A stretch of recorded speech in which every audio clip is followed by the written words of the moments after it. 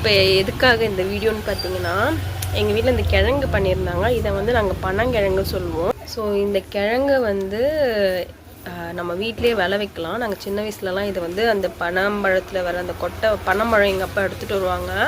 அந்த பனம்பழத்தை என்ன பண்ணுவாங்கன்னா சுட்டுட்டு அது மேலே இருக்கிறத வந்து அப்படியே சாப்பிட்டுட்டு அந்த கொட்டையை எடுத்துகிட்டு போய் கீழே ஒரு லூஸான மண்ணில் வந்து புதைச்சி வைக்கணும்.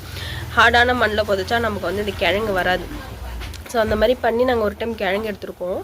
ஆக்சுவலாக எதுக்கு இந்த வீடியோனா, இந்த கிழங்கு வந்து பார்த்ததுமே எனக்கு எங்கள் மிஸ்ஸு ஞாபகம் தான் வந்தது. +1 +2 வந்து எங்கள் கீதா மிஸ்ஸுன்னு இருப்பாங்க. இன்ஸ்டாவில் இருக்காங்களா இல்லையான்னு எனக்கு தெரியல. அவங்க என்ன சொல்லுவாங்கன்னா, இந்த கிழங்கு வந்து அவங்க ஊருக்கு போகும்போது இதை வாங்கிட்டு சின்ன சின்ன பீஸாக வந்து நார்லாம் எடுத்துகிட்டு அழகாக உரித்து கையில் வச்சுப்பாங்களாம். அந்த பஸ்ஸு ட்ராவலில் வந்து அவங்க வந்து ஒன்று ஒன்றா சாப்பிட்டுட்டே போவாங்க அப்படின்னு சொல்லிட்டு அவங்களுடைய மெமரிஸை வந்து எங்களுக்கு ஷேர் பண்ணியிருக்காங்க. ஸோ எனக்கு இதை பார்த்தோன்னே எனக்கு அவங்க ஞாபகம் வந்தது. எத்தனை பேருக்கு இந்த மாதிரி வந்து எதனா ஒரு பொருளை பார்த்ததும் உங்களுடைய ஸ்கூல் ஞாபகம், உங்களோட ஸ்கூல் டீச்சர் ஞாபகம்லாம் வருதுன்றது கீழே கமெண்ட் பண்ணுங்கள்.